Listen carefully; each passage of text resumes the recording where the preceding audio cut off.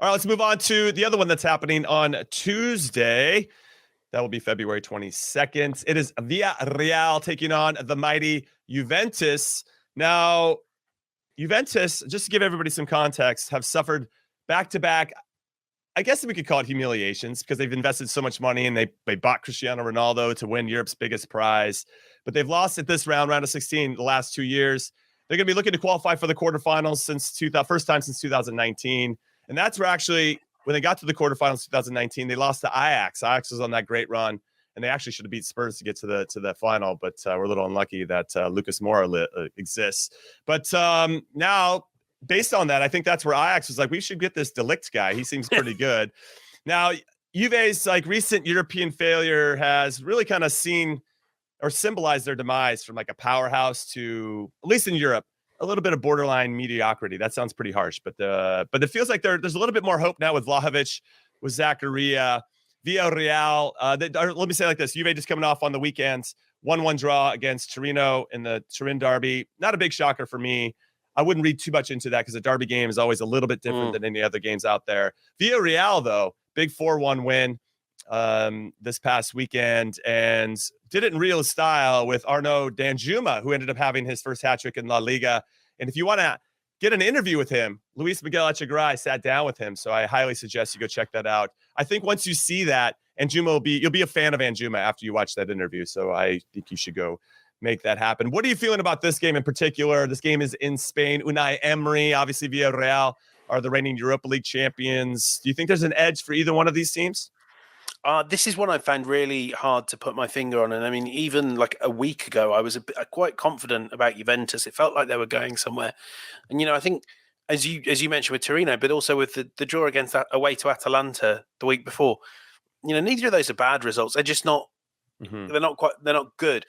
But Juventus have been steadily improving. And as you said, they've added quality to this squad. And I think, and what's interesting about the round of 16 is there is a big gap between leg 1 and leg 2. I think it's 3 weeks before these two teams will meet again. That's a lot of time for Vlahovic, for Zakaria to familiarise themselves with the squad, because it sounds like, Vlahovic, by all accounts, did not set the world alight against Torino. That didn't surprise me, because I've always said he's not that good.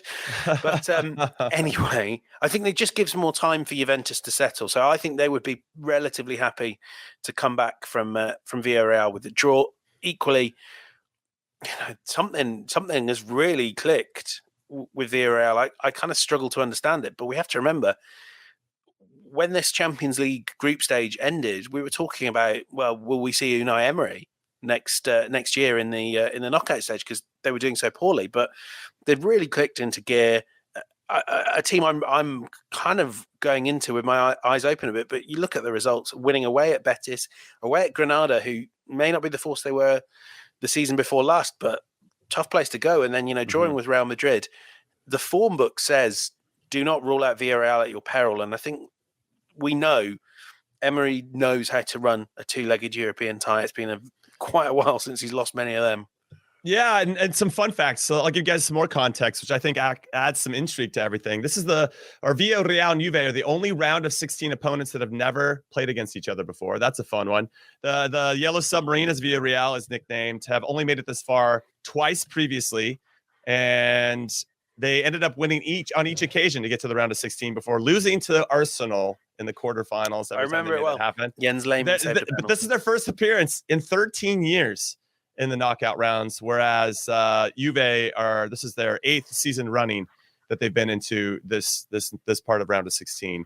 Now, I do want to say that Juve, where I think there is an opportunity for Villarreal to take advantage, is that their defense is in shambles. Bonucci's out, Chiellini's out, and Pellegrini's out, Rugani's out. Like, these are all the backups to this. So you're going to have De Ligt, who's going to be starting. That's fine, that's solid, but they're going to have to put Danilo, who usually plays right back, or he can play in the midfield a little bit or on the right side. He's probably going to have to partner with them on the right back. Now, my only issue, outside of Danjuma, who I think is going to cause them some problems, and Gerard Moreno for Villarreal is also out. So really their talisman, who scores a lot of their goals and was a big reason why they won the Europa League last season, is also going to be out. But I still feel like this is a Villarreal team that could take advantage of this lack of familiarity with Danilo playing at center back. And then there's Szczesny in goal, with all due respect to him, he does have moments of having howlers, and I don't know. I mean, I'm very curious to see how this team sets up, knowing that they got the second leg in Turin and that they don't necessarily have to risk it. I almost feel like, to tie it back to your first point, Benge, that we could see a Carlo Ancelotti type vibe from Juventus in this one, where they're just like, let's not stretch ourselves and get exposed. Let's just get out of here with the 0-0. If we can nick a goal, great. But let's just not make it too big. That's not something we can't overcome in the second leg.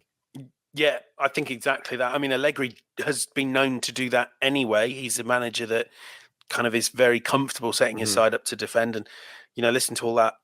I just think if you're Juventus, you just go, yeah, let's see it off. Let's quieten down this tie, make it a bit easy for ourselves, and win it in Turin next month. I think that's probably quite a smart tactic. Yeah. Okay. All right. So let's go to predictions, and I'll give you some betting tips here. Villarreal are unbeaten in 4 coming into this one, and they're unbeaten in 6 at home. They've only failed to beat Atletico and Real Madrid during that run, so that's nothing to sneeze at, even though Atleti are not that as great as they once were. Juve have only lost once in all competitions in 10 games in 2022, and that was in the Supercoppa Italiana final against Inter when Alexis Sanchez scored like the 119th minute or whatever.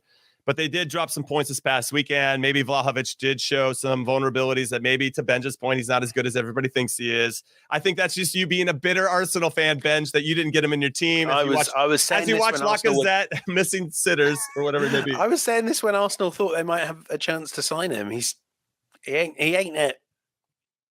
Yeah, no, okay, that's fair. I will say that I'm looking strongly at Villarreal to win this straight up at plus 150. I think the draw is plus 225. I maybe would take both of those bets into my a parlay, but I think I'm going to lean towards Villarreal doing the business at home. They were very good at home in the Europa League last season. To your point about Unai Emery, I think he's going to be ready for this one. And I just don't feel like maybe Juve is going to have the intentions. Not only are their backline shambles, Paulo Dybala looks like he's going to be out as well, and he's a great link-up player for Vlahovic. So you bring in a Bernardeschi, he's just not Paulo Dybala. So I'm kind of curious to see how this one all plays out. This is like a chess match. Of all the matches in round of 16 here, this feels like the most of a chess match. I'm going to say I could see a 2-1 Villarreal. What are you saying? I mean, I've just got this image of, in my scenario, Max Allegri has been replaced by Liz Lemon from 30 Rock, just walking into the Juventus dressing room, just going, shut it down. And that's what they're going to do. And I think they'll come away with a 0-0 draw, and they'll be quite happy.